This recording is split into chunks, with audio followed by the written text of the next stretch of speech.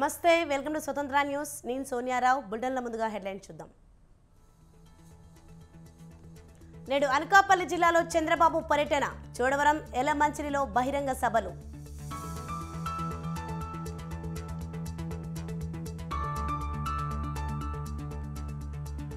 పదహారవ రోజుకు చేరుకున్న సీఎం జగన్ బస్సు యాత్ర కాసేపట్లో నారాయణపురం నుంచి యాత్ర ప్రారంభం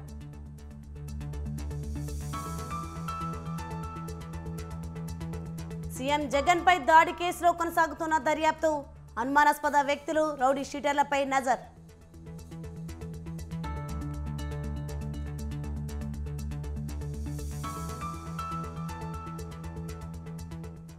నేడు కవిత బెయిల్ పిటిషన్ పై విచారణ సాధారణ బెయిల్ కోరుతూ పిటిషన్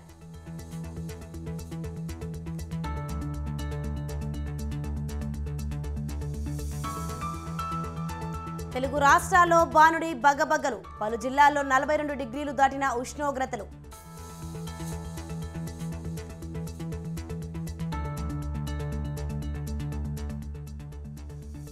పశ్చిమాసియాలో మరింత ఉద్రిక్తంగా పరిస్థితులు ఇరాన్పై ప్రతిదాడి తప్పదన్న ఇజ్రాయెల్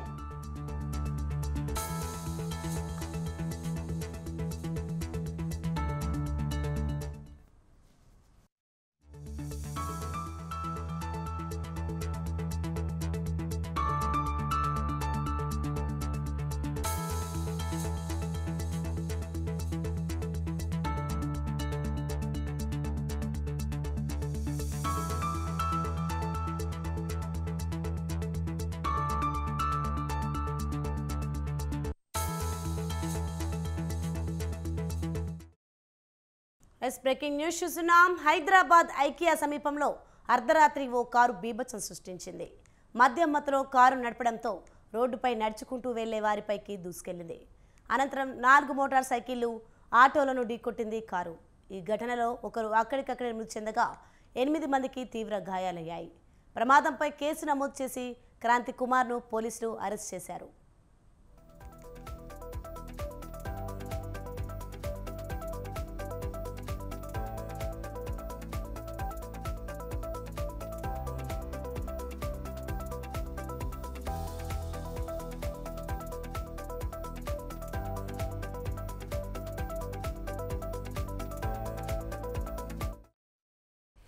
బ్రేకింగ్ న్యూస్ చూస్తున్నాం. హైదరాబాద్ ఐకియా సమీపంలో అర్ధరాత్రి ఓ కారు బీభత్సం సృష్టించింది.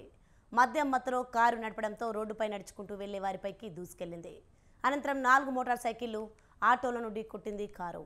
ఈ ఘటనలో ఒకరు అక్కడికక్కడే మృతి చెందగా 8 మందికి తీవ్ర గాయాలయ్యాయి. ప్రమాదంపై కేసు నమోదు చేసి క్రాంతి కుమార్ను పోలీసులు అరెస్ట్ చేశారు.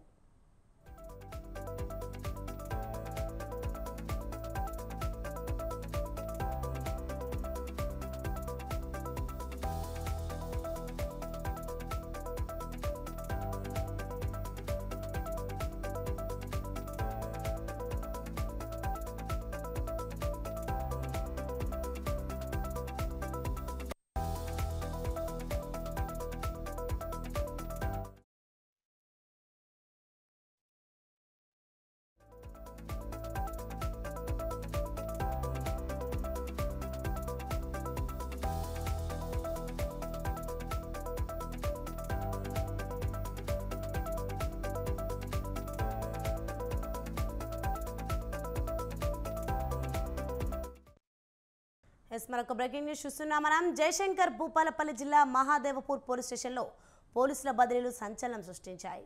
ఒకే రోజు ఎస్పై ప్రసాద్ సహా 2 హెడ్ కానిస్టేబుళ్లు 6 కానిస్టేబుల్స్ను కూడా బదిలీ చేస్తూ ఎస్పీ కిరణ్ ఖరే సంచలన నిర్ణయం తీసుకున్నారు.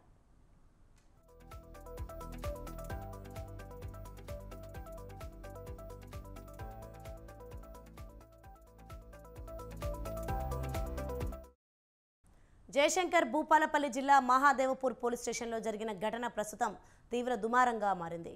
మహాదేవపూర్ పోలీస్ స్టేషన్లో కాంగ్రెస్ జెడ్పీటీసీ భర్త మన్మధుడా అంటూ చిందులు వేశాడు. అక్కడున్న సిబ్బంది సెల్ ఫోన్లలో పాటలు పెట్టి మరీ వీడియో రికార్డ్ చేశారు. దీంతో అది కాస్త వైరల్గా మారింది. ఘటనపై ప్రజలు పోలీసులపై ఫైర్ అవుతున్నారు.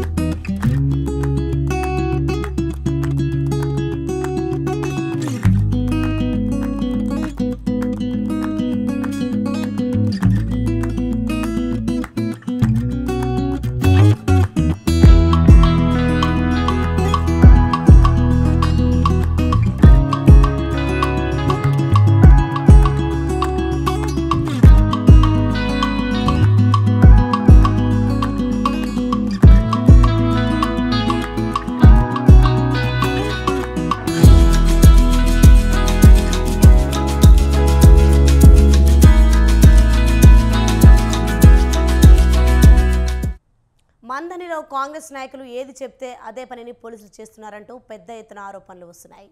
మంతనిలో కొందరు పోలీసులు తమ ప్రతిష్టను దిగదార్చుకునేలా ప్రవర్తిస్తున్నారంటూ విమర్శిస్తున్నారు. ఈ వీడియో సోషల్ మీడియాలో వైరల్గా మారింది. దాంతో ఈ ఘటన ఉన్నతాధికారుల దృష్టికి వెళ్ళింది. దీనిపై సీరియస్ అయిన ఎస్పీ పోలీస్ స్టేషన్ సిబ్బందిపై శాఖపరమైన చర్యలు తీసుకున్నారు. విధుల్లో నిర్లక్ష్యం కారణంగా ఎస్ఐ ప్రసాద్ను క్రమశిక్షణ రాహిత్యం కింద బదిలీ చేశారు.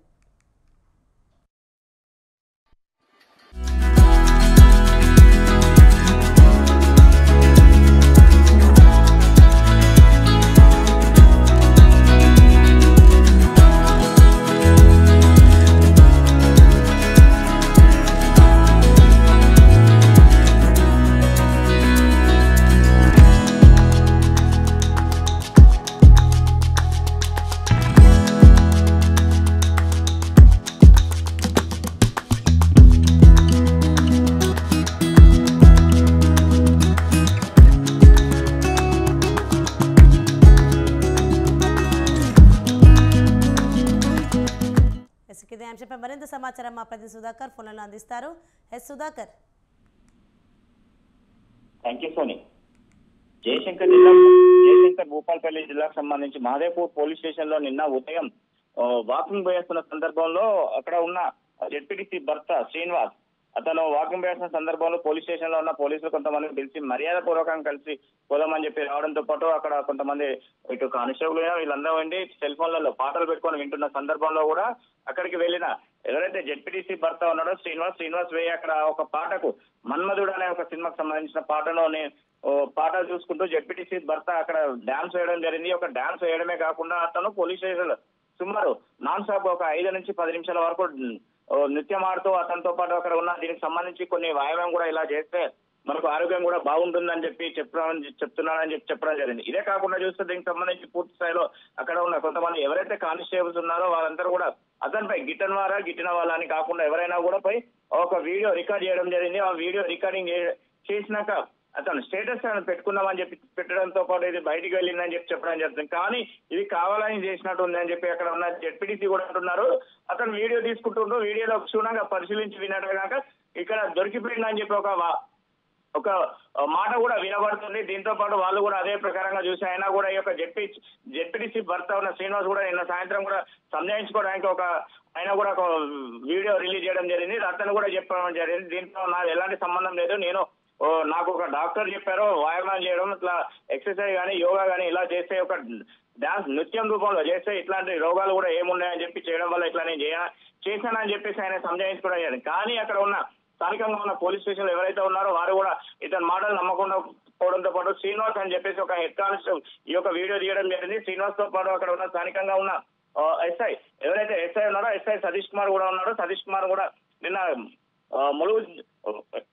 భూపాలపల్లి జిల్లాకు సంబంధించిన కిరణ్ కార్కే సంచలన నిర్ణయం తీసుకుని అతనితో పాటు మొత్తం 6 కానిస్టేబుల్లను 6 కానిస్టేబుల్ను కూడా సస్పెండ్ చేయడం జరిగింది. దాంతో పాటు ఎస్ఐని కూడా సస్పెండ్ చేసి ఏఆర్ పంపించడం జరిగింది. ఇదే కాకుండా ఇలాంటి చర్యలు ఇంకా ముందు కూడా ఎవరు చేయకూడదు, ఎవరు చేసినా కూడా ఎంతటి వారైనా కూడా ప్రతి ఒక్కరికి శిక్ష తప్పదని చెప్పి చెప్పడంతో పాటు అక్కడ ఉన్నవారు కూడా స్థానికులు కూడా హర్షవందనాలు కూడా వ్యక్తం చేయడం జరుగుతుంది. ఇంకనైనా న్యాయం జరుగుతుంది. పోలీసులు కూడా కాంగ్రెస్ వచ్చిన కాంచి కాంగ్రెస్ నాయకులే హవా నడుస్తుందని చెప్పేసి మరోపక్క బీఆర్ఎస్ బీజేపీ నాయకులు కూడా ఒక వీరిపైన ఆగ్రహం చెందడం జరుగుతుంది. ఇదే క్రమంలో చూస్తే ఇప్పుడు ఈ ఎస్పీ తీసుకున్న నిర్ణయానికి బట్టి వారు ప్రతి ఒక్కరు కూడా ఎస్పీకి హర్షవందనం చెప్పడం జరుగుతుంది. సోని.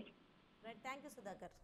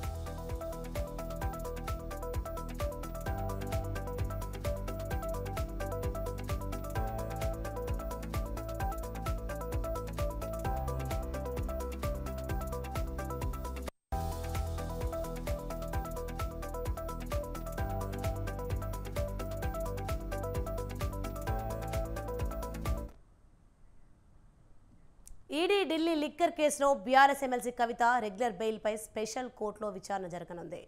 ఈడీ అరెస్టును సవాల్ చేస్తూ కవిత కోర్టును ఆశ్రయించారు.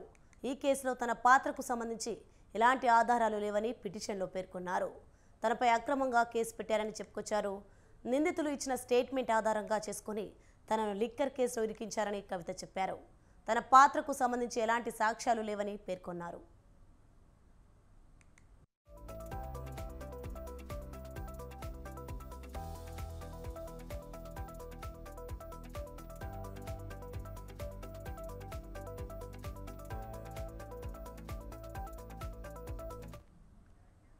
మరోవైపు కవిత వాదనలను ఈడీ అధికారులు వ్యతిరేకిస్తున్నారు.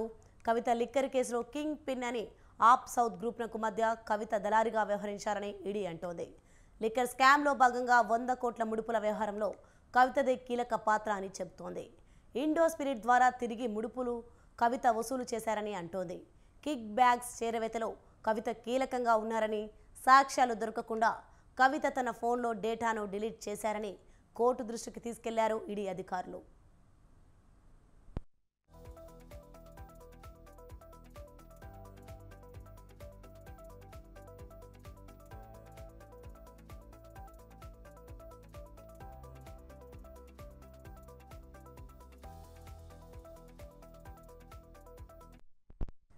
అలాగే ఈడీ నోటీసులు ఇచ్చాక వాట్సాప్ డేటాను డిలీట్ చేశారన్నారు ఈడీ అధికారులు. డిజిటల్ ఆధారాలు లేకుండా ముందు జాగ్రత్త పడ్డారని చెప్పారు. కవిత చాలా పలుకుబడి ఉన్న వ్యక్తి. ఆమెకు నోటీసు ఇచ్చిన వెంటనే అరుణ్ పిల్లై తన వాంగ్మూలం ఉపసంహరించుకున్నారని కోర్టు దృష్టికి తీసుకెళ్లారు. అరుణ్ పిల్లైని బెదిరించి వాంగ్మూలం ఉపసంహరించుకునేలా చేశారని చెప్పారు. ఆమెకు బెయిల్ ఇస్తే సాక్షులకు ప్రభావితం చేయగలరని, సాక్ష్యాలను ధ్వంసం చేస్తారు కాబట్టి ఎట్టి పరిస్థితుల్లో కవితకు బెయిల్ ఇవ్వకూడదని ఈడీ తన కౌంటర్ పిటిషన్లో కోర్టును కోరారు.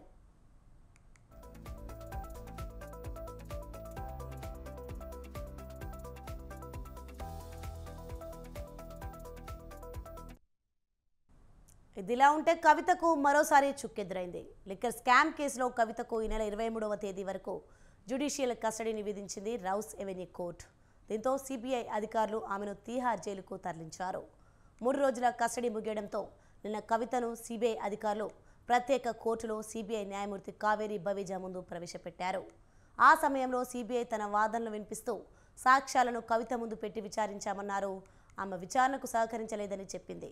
ఈ క్రమంలో కవితను విచారించేందుకు మరింత సమయం కావాలని కోరింది. అందుకోసం మరో 14 రోజులు కస్టడీ పొడిగించాలని సిబిఐ కోరగా కోర్టు మాత్రం 9 రోజుల కస్టడీకి అనుమతించింది. ఈ నేపథ్యంలో ఈ నెల 23వ తేదీ వరకు కవితకు కోర్టు కస్టడీని పొడిగించింది.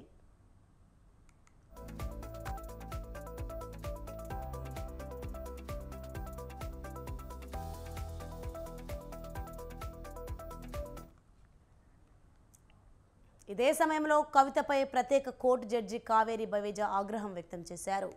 కోర్టు ఆవరణలో మీడియాతో మాట్లాడడంపై సీరియస్ అయ్యారు. జర్నలిస్టులు ప్రశ్నలు అడిగినా ఎలా మాట్లాడతారంటూ ఆగ్రహం వ్యక్తం చేశారు. ఇంకోసారి ఇలా మాట్లాడవద్దంటూ వార్నింగ్ ఇచ్చారు. అనంతరం కవిత బయటకు వస్తూ సిబిఐపై ఆరోపణలు చేశారు. ఇది సిబిఐ కస్టడీ కాదు, బీజేపీ కస్టడీ అని అన్నారు. 2 నెలల నుంచి అడిగిందే అడుగుతున్నారని, బయట బీజేపీ అడిగిందే లోపల సిబిఐ అడుగుతోందని చెప్పారు. ఇందులో కొత్తది ఏమీ లేదని తీవ్ర ఆరోపణలు చేశారు.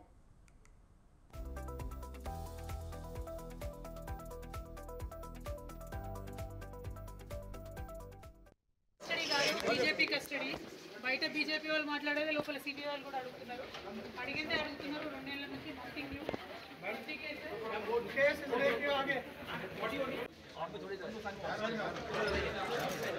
సిబిఐ కస్టడీ కాదు, బీజేపీ కస్టడీ. బయట బీజేపీ వాళ్ళు మాట్లాడే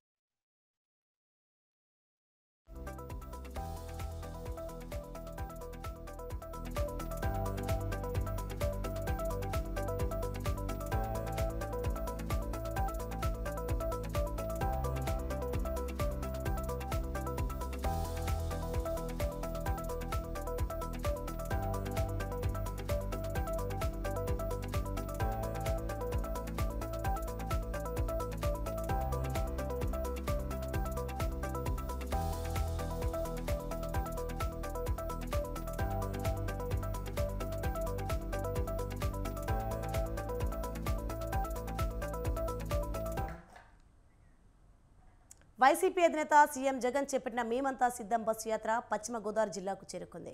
16వ రోజు యాత్రలో భాగంగా కాసేపట్లో నారాయణపురం నుంచి ప్రారంభం కానుంది.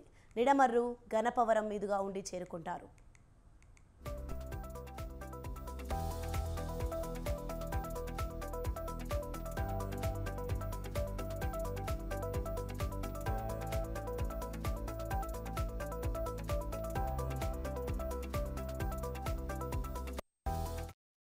ఉండి శివార్లో సీఎం జగన్ భోజన విరామం తీసుకుంటారు.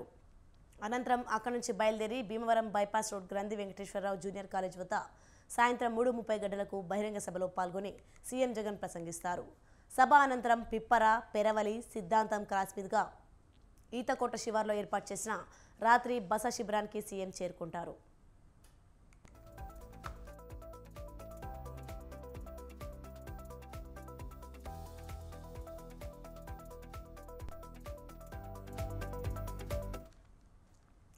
వైసీపీ అధ్యక్షుడు సీఎం జగన్ ఎన్నికల ప్రచారంలో దూసుకుపోతున్నారు. రాయిదాడి ఘటన అనంతరం నిన్న తిరిగి మేమంతా సిద్ధం బస్సు యాత్ర ప్రారంభించిన జగన్ ఎన్టీఆర్ జిల్లా నుంచి పశ్చిమ గోదావరి జిల్లాలోకి ప్రవేశించారు.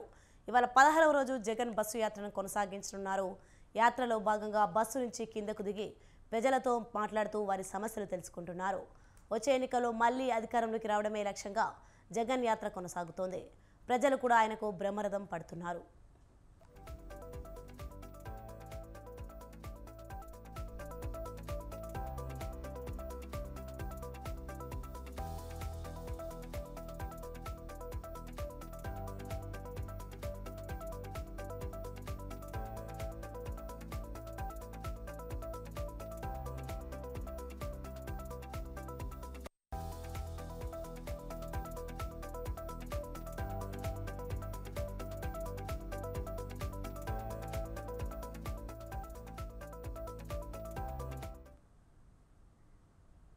సీఎం జగన్ ఇవాళ అంబేద్కర్ కోనసీమ జిల్లా రానున్నారు.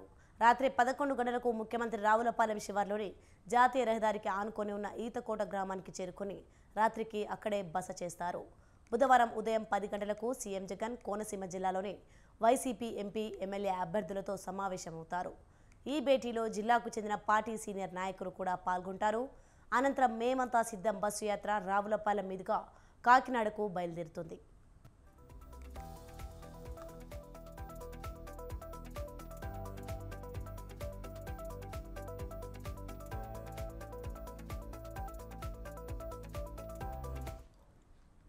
బుధవారం రావులపాలెంలో బహిరంగ సభ నిర్వహించాలని ముందుగా నిర్ణయించారు.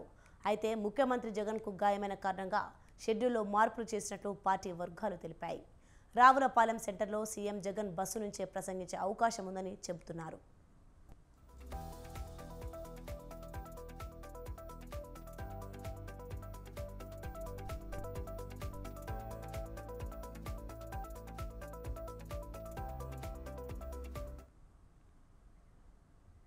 ఏపీలో ఎన్నికల కోలాహలం నెలకొంది. త్వరలో రాష్ట్రంలో జరిగే ఎలక్షన్స్పై ఫోకస్ పెట్టింది ఈసీ. పారదర్శకంగా, నిష్పక్షంగా ఎన్నికల ప్రక్రియ నిర్వహించే క్రమంలో పీఓ, ఏపీఓల శిక్షణ కార్యక్రమాలపై దృష్టి సారించింది.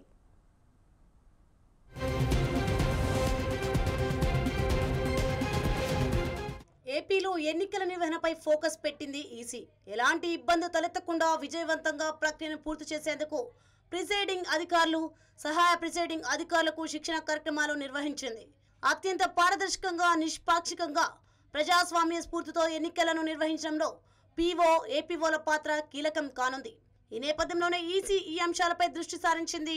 అన్ని అంశాలపై స్పష్టమైన అవగాహన పెంపొందించుకొని నిబద్ధతతో ఎన్నికల విధులు నిర్వర్తించాలని రాష్ట్ర వ్యాప్తంగా జిల్లా కలెక్టర్ల ఆధ్వర్యంలో శిక్షణ కార్యక్రమాలను ఏర్పాటు చేసింది.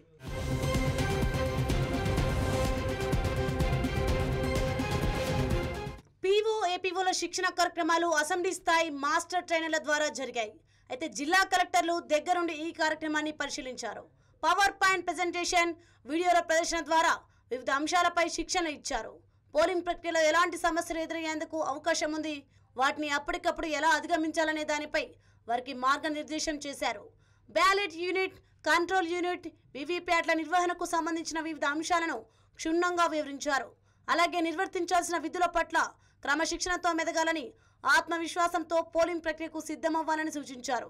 చిన్న పొరపాటుకు కూడా ఆస్కారం లేకుండా పరిజ్ఞానాన్ని ప్రాక్టికల్ అప్రోచ్తో పెంపొందించుకోవాలని తెలియజేశారు.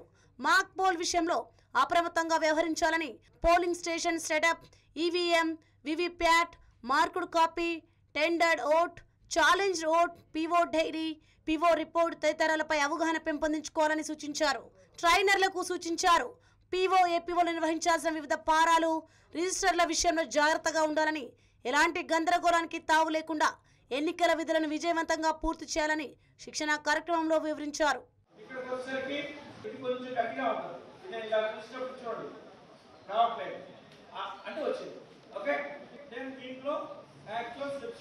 దీంట్లో మనం చేసే తప్పేంటి?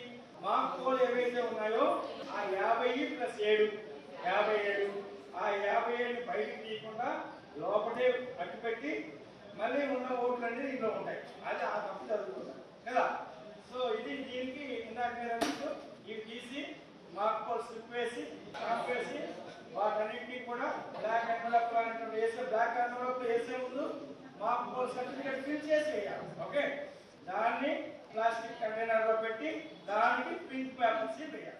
ఇక మే 13న ఏపీలోని 175 అసెంబ్లీ, 25 ఎంపీ స్థానాలకు ఎన్నికలు జరగనున్నాయి. ఈ ప్రజాక్షేత్ర పోరులో మరోసారి అధికారాన్ని చేజిక్కించుకునేందుకు జగన్ వ్యూహాత్మకంగా ముందుకు సాగుతుంటే వైసీని గద్దె దించడమే టార్గెట్ గా విపక్ష కూటమి పావులు కదుపుతోంది. దీంతో అటు వైసీపీ ఇటు విపక్ష కూటమి మధ్య పోరు హోరీగా సాగనుంది. ఇక విమర్శలు ప్రతి విమర్శలతో ప్రచార పర్వం జోరందుకుంది. ఓవైపు సీఎం జగన్ బస్సు యాత్రలతో హోరెత్తిస్తుంటే ఉమ్మడిగా టీడీపీ, జనసేన, బీజేపీలు వైసీపీ గద్దెదించే వ్యూహంతో ఉమ్మడిగా ముందుకు సాగుతున్నారు. మరోపక్క అన్న జగన్ పాలన వైఫల్యాలను ఎండగడుతూ షర్మిల అధికార పార్టీపై తీవ్ర స్థాయిలో మండిపడుతోంది. ఇలా ఎవరికి వారు అధికారాన్ని చేజిక్కించుకునేందుకు పావులు కదుపుతున్నారు. మరి ప్రజాక్షేత్ర రంగంలో ప్రజలు ఎవరిని ఆదరిస్తారు, ఎవరిని తిరస్కరిస్తారనేది తెలియాలంటే జూన్ 4వ తేదీన వెలువడే ఫలితాల వరకు వేచి చూడాల్సిందే.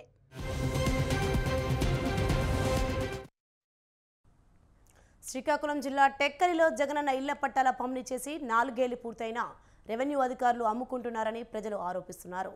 లబ్ధిదారులకు ఇవ్వకుండా చాలా పట్టాలు అమ్ముకున్న ఉన్నతాధికారులు చర్యలు తీసుకోలేదని వాపోతున్నారు. అధికార పార్టీ నాయకుల అండతో రెవెన్యూ అధికారులు కోట్ల రూపాయల సొమ్ము చేసుకుంటున్నారని ఆగ్రహం వ్యక్తం చేశారు. వీఆర్ఓలు, సైట్ ఇంజనీర్లు కూడా చేతివాటం చూపిస్తున్నారన్నారు. ఇప్పటికైనా అధికారులు స్పందించి తమకు న్యాయం చేయాలని కోరారు.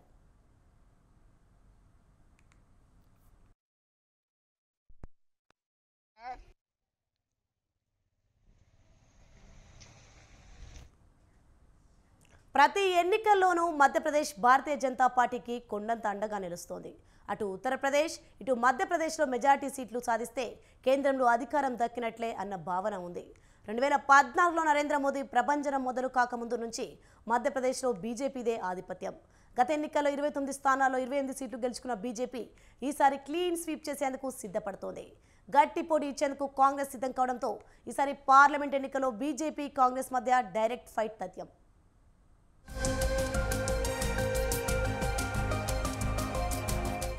జాతీయ రాజకీయాల్లో మధ్యప్రదేశ్ చాలా ప్రాధాన్యం ఉంది. మధ్యప్రదేశ్లో అత్యంత సుదీర్ఘ కాలం పాటు సీఎంగా శివరాజ్ సింగ్ చౌహాన్ రికార్డు సృష్టించారు. శివరాజ్ సింగ్ చౌహాన్ 16.5 సంవత్సరాలకు పైగా ముఖ్యమంత్రిగా పనిచేశారు. 16 ఏళ్ల పాలన తర్వాత 2023లో బీజేపీ ఘన విజయం సాధించడంతో కీలక పాత్ర వహించారు.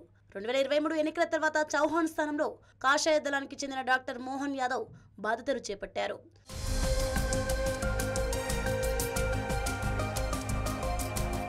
మధ్యప్రదేశ్లోని 29 లోక్సభ నియోజకవర్గాలకు ఎన్నికలు 4 దశల్లో ఏప్రిల్ 19, ఏప్రిల్ 26, మే 7, మే 13 తేదీల్లో జరుగుతాయి. 2009లో మొత్తం 29 లోక్సభ నియోజకవర్గాల్లో బీజేపీ 16, కాంగ్రెస్ 12, బహుజన్ సమాజ్ పార్టీ 1 స్థానంలో విజయం సాధించాయి. 2014లో నరేంద్ర మోదీ ప్రభంజనంలో బీజేపీ 27, కాంగ్రెస్ 2 స్థానాల్లో గెలుపొందింది. 2019లో మొత్తం 28 స్థానాల్లో బీజేపీ ఘన విజయం సాధించగా కాంగ్రెస్ 1 స్థానంలో గెలిచింది. అది మాజీ ముఖ్యమంత్రి కమల్నాథ్ కొడుకు నుకుల్నాథ్ నెగ్గాడు. ఈసారి క్లీన్ స్వీప్ చేయాలన్న లక్ష్యంతో ఉంది. మధ్యప్రదేశ్లో ఏప్రిల్ 19న 6 స్థానాలకు, ఏప్రిల్ 26న 7 స్థానాలకు, మే 7న 8 నియోజకవర్గాలకు, మే 13న మరో 8 నియోజకవర్గాలకు ఎన్నికలు జరుగుతాయి. 2023లో జరిగిన అసెంబ్లీ ఎన్నికల్లో 230 స్థానాల్లో 163 సీట్లు గెలుచుకొని బీజేపీ చరిత్ర సృష్టించింది. కాంగ్రెస్ 68 స్థానాలకు పరిమితమైంది.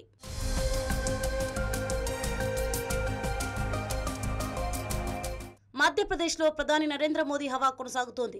దాదాపు 25 ఏళ్లుగా బీజేపీదే పై చేయిగా ఉంది. 2018లో అసెంబ్లీ ఎన్నికల్లో కాంగ్రెస్ స్వల్ప అధికారంలోకి వచ్చిన జాతీయ స్థాయిలో మోదీ పార్టీకి ఎదురు లేదు. 2014-2019లో బీజేపీ ఘన విజయాలు సాధించింది. ప్రస్తుత ఎన్నికల్లో నరేంద్ర మోదీ ప్రభ రామ మందిర్ అంశంతో పాటు గత 10 ఏళ్లుగా కేంద్రంలో ఎన్డీఏ సర్కార్ సాధించిన విజయాలు బీజేపీకి కలిసి వచ్చే అంశాలు. 16 ఏళ్లకు పైగా సీఎంగా ఉన్న శివరాజ్ సింగ్ చౌహాన్ ఈసారి లోక్సభకు పోటీ చేస్తున్నారు. కేంద్ర మంత్రి జ్యోతిరాదిత్య సింధియా, ఫగ్గన్ సింగ్ కులస్తే వంటి హేమీలు రంగంలో ఉన్నారు. మధ్యప్రదేశ్లో కాంగ్రెస్కు గట్టి పట్టే ఉంది. బీజేపీ హవా నడుస్తున్న కాలంలో కూడా 2018లో అసెంబ్లీ ఎన్నికల్లో స్వల్ప మెజార్టీతో అధికారంలోకి వచ్చింది. ఆ తర్వాత జరిగిన పరిణామాల్లో కాంగ్రెస్ చీలిపోవడంతో తిరిగి బీజేపీ అధికారాన్ని హస్తగతం చేసుకుంది. 2019 పార్లమెంట్ ఎన్నికల్లో మాత్రం ఒక సీటుకే పరిమితమైంది. ఈసారి కనీసం పట్టుమని 10 సీట్లైనా గెలుచుకోవాలన్న పట్టుదలతో 6 గ్యారంటీల నినాదంతో కాంగ్రెస్ లోక్సభ ఎన్నికల ప్రచారం ముమ్మరంగా సాగిస్తోంది. 29 సీట్లలో ఈసారి కాంగ్రెస్ 28 స్థానాలకు పోటీ చేస్తోంది. మరో స్థానాన్ని సమాజ్వాదీ పార్టీకి కేటాయించింది. కులగణన, రిజర్వేషన్ల పెంపు వంటి అంశాలను ప్రచారాస్త్రంగా చేసుకుంది. సీనియర్ నాయకులు దిగ్విజయ్ సింగ్, కమల్నాథ్ వంటి సీనియర్ నాయకులు కాంగ్రెస్కు ఏ మేరకు విజయం తెచ్చిపెడతారో చూడాలి.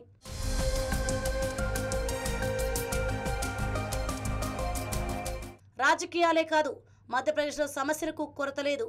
నిరుద్యోగ సమస్య, ధరల పెరుగుదల ప్రధానమైనవి. సైన్యంలో చేరేందుకు యువత పెద్ద ఎత్తున ఉత్సాహం చూపే రాష్ట్రాల్లో మధ్యప్రదేశ్ ఒకటి. అగ్నివీర్ వంటి తాత్కాలిక నియామకాల పట్ల యువత విముఖతతో ఉన్నారు. ఇది తమకు కలిసి వచ్చే అంశంగా కాంగ్రెస్ భావిస్తోంది.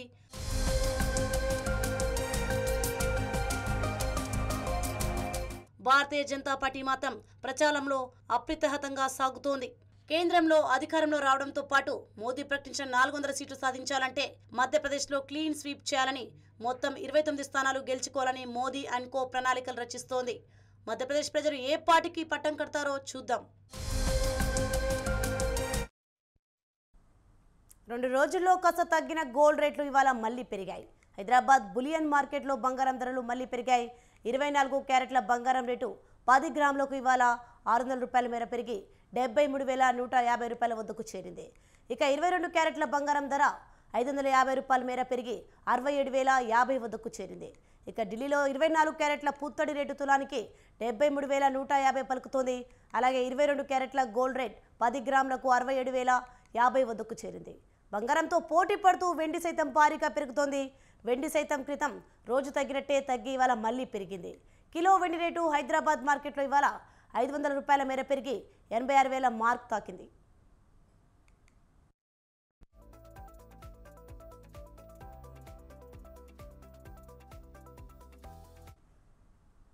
SKV Bulletin updates. For more updates, keep watching Swatantra News.